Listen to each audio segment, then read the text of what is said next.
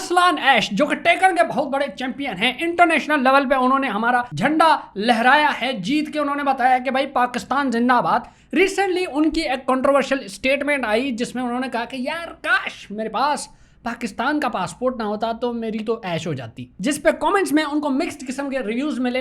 कुछ लोगों ने कहा गद्दारी कर दे और कुछ लोगों ने कहा ऐसा ही तो भाई जा पाकिस्तान से ही चला जा। अरसलान ऐश के डिफेंस में हम देखें तो ऐसा उन्होंने क्यों कहा। अरसलान ऐश का रेंट जो है, उनका रेंट ही रोना ये है कि भाई ई स्पोर्ट्स को यहाँ पे कोई सीरियस ही नहीं लेता।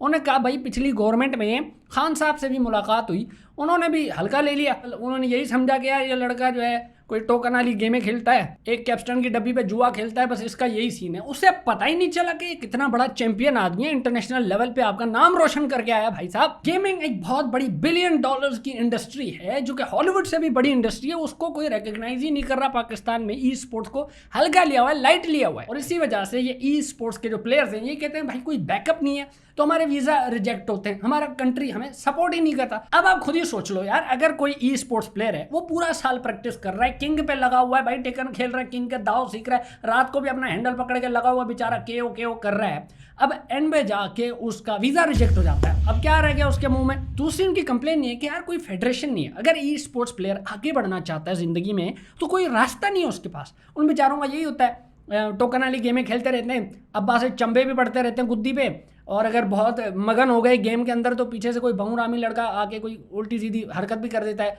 अक्सर कमीज़ का वो गोल गोल करके धागा बांध के उसकी पूंछ बना लेता है, या पीछे फॉर सेल की चिट लगा देगा। तो इन सारी चीज़ों से गुजर के आके वो कहीं ना कहीं पहुंचते हैं, तो कोई तरीका नहीं है। और थोड़ा सा अगर बाजू में देखें तो इंडिया ने ई स्पोर्ट्स को प्रॉपर रिकॉग्नाइज कर दिया कि हाँ भाई ये भी एक स्पोर्ट्स है। देखो यार, जब आपके मुल्क के चैंपियन क्यों ना हो, बागी होते हैं तो ऐसे कदम उठा लेते हैं। मिसाल आपको देता हूँ the great Muhammad Ali boxer की। 1960s में जब वो एक रेस्टोरेंट पे गए तो उन्होंने कहा भाई नहीं, हम ब्लैक पर्सन को खाना सर्व नहीं करते। उन्होंने कहा भाई क्या हो गया, मैं खाना ही मांगा है, तुमसे दीदी का रिश्ता थोड़ी मांग लिया। इस बात में उनको गुस्सा आया, उन्होंने अपना Olympic gold medal Ohio river में फेंक दिया कि जा भाई ऐसे मुल्क को मैंने रिप्रेजेंट ही नहीं कर रहा है जिसमें इतनी रेसिज्म है। चैंपियंस भी अक्सर भागी हो जाते हैं तो ऐसी ऐसी चीजें कर डालते हैं, इसलिए उनकी कदर करना बहुत जरूरी है। और मतलब सीधी बात है, इस मुल्क में आपने अगर लेजेंड बनना है तो मरना पड़ेगा। मरने से पहले आप लेजेंड मर गए तो लेजेंड बन गए। तो ये सारी चीज़ें, ये सारे मसले उनको पेश आते हैं। और दूसरा, इस बात से तो कोई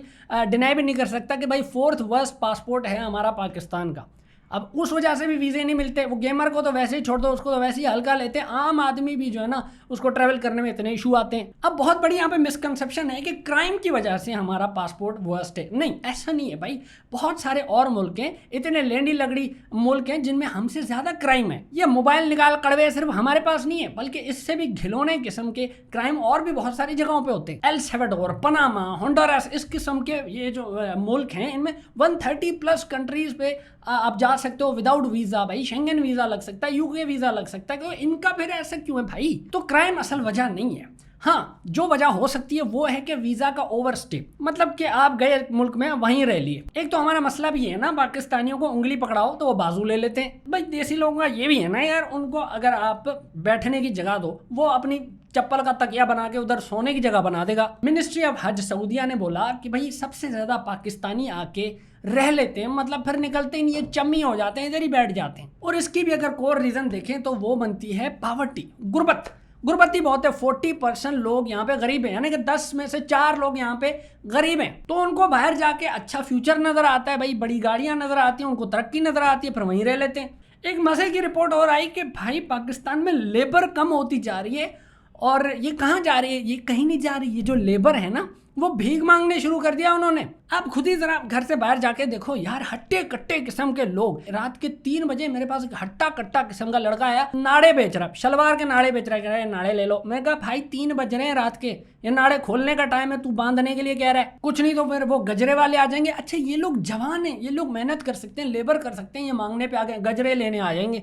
अब ये गजरा ले लो। मैं दोस्त के साथ बैठा हूँ, गजरे ले लो, गजरे ले लो। मैं कहा भाई इस गजरे का मैं क्या, इसके साथ क्या करूँगा भाई, तूने मेरी शक्ल देखी, मुझे बस जज कर लिया कि मैं LGTB हूँ। तो गुर्बत एक बहुत बड़ी वजह है जिसकी वजह से लोग बाहर जाते हैं, फिर वहीं टिक जाते हैं। फिर रिलीजियस एक्सट्रीमिज्म, अब इस पे मैं ज्यादा बात नहीं करूंगा, लेकिन ये जो चीजें होती हैं ये इंटरनेशनल लेवल पे बहुत बुरा असर छोड़ती हैं। अब देखो, जो डेवलप्ड कंट्रीज होते हैं उनका वीजा लेना वैसे ही मुश्किल होता है, और सबके लिए होता है। तो उनको तो आप कह नहीं सकते, वो भाई ऐसे ही जो है ना किसी शंटू को आने नहीं देते अपने कंट्री में।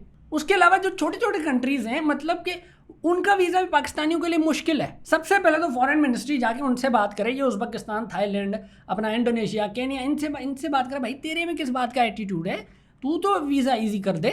लेकिन वो वीज़ा ईजी तब करेंगे जब आप अपना वीज़ा ईजी करोगे उनके लिए। आप मेहमान कोई आने नहीं दे रहे, इतनी रिस्ट्रिक्शन रख रहे हो, तो फिर कैसे एक्सपेक्ट कर सकते हो कि आपको भी लोग बुलाएंगे, आपका वीज़ा भी इजी करेंगे। जैसे ही हम ये जो छोटे छोटे लल्लू पंजू से कंट्रीज़ हैं, जो डेवलपिंग कंट्रीज़ हैं, इनके साथ अपने ताल्लुकात बेहतर कर लें, इनको आने दें आराम से, और हम फिर जा भी सकेंगे आराम से।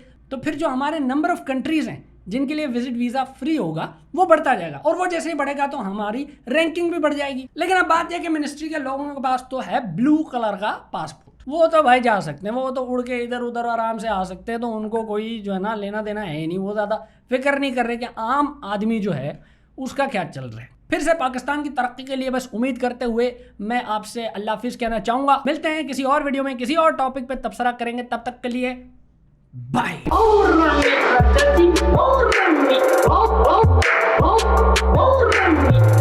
इसका मतलब समझे गया।